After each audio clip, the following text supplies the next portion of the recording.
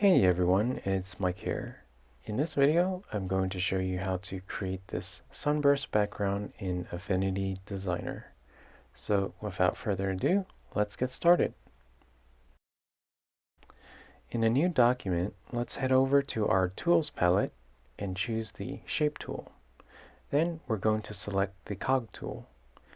Now, let's hold down the Shift key and drag to create a cog shape. After that, if you zoom in, you'll see these little red dots. These are the nodes that you will be using to adjust the cog to look more of a sunburst. With our node tool selected, let's click and drag the node from the center in to close the circle. Then, let's head up to the node at the top left and click and drag to create the sun rays. If you go over to the toolbar, you'll see an option for teeth. These are also your sun rays, so the more teeth you have, the more rays you will have. Let's set this to a higher number.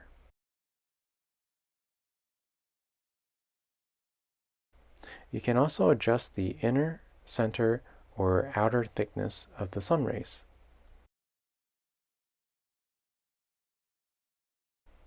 Let's go ahead and adjust the outer sun ray to make it look a little thicker. Alright, now that we have our sunburst, next let's make it scale to fit the artboard. We'll do this by using the rectangle tool, and from the top corner of the artboard, we're going to click and drag to create a rectangle the size of our artboard. Let's change the rectangle's color to another color, like white. Then we're going to scale it down by holding down the Shift key and drag the rectangle small enough that it will fit over all of the sun rays. Now let's position it in the center, and if you click on the sun rays, you'll be able to see an outline preview through the rectangle that we just created. You may reposition and resize the sunburst to your liking, but in this video we're just going to keep it simple and position it in the center. Next, let's select both of the sunburst and the rectangle and head over to our geometry function.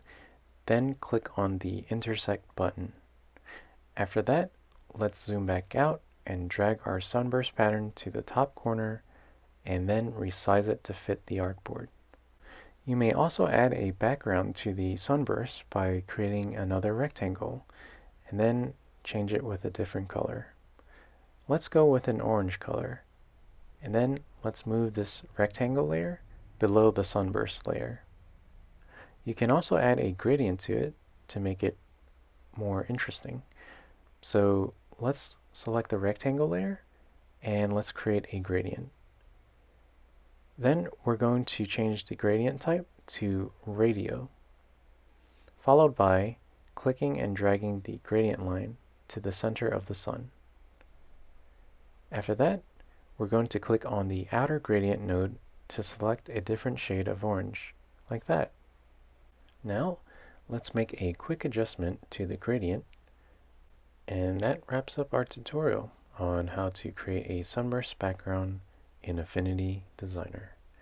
You can use this background and apply it to your own illustration or any other graphic design projects. Well, I hope you enjoyed this video as much as I enjoyed creating it. Let me know in the comment section below if you have any questions, what you think, or what other kind of tutorials you look forward to seeing in my next videos.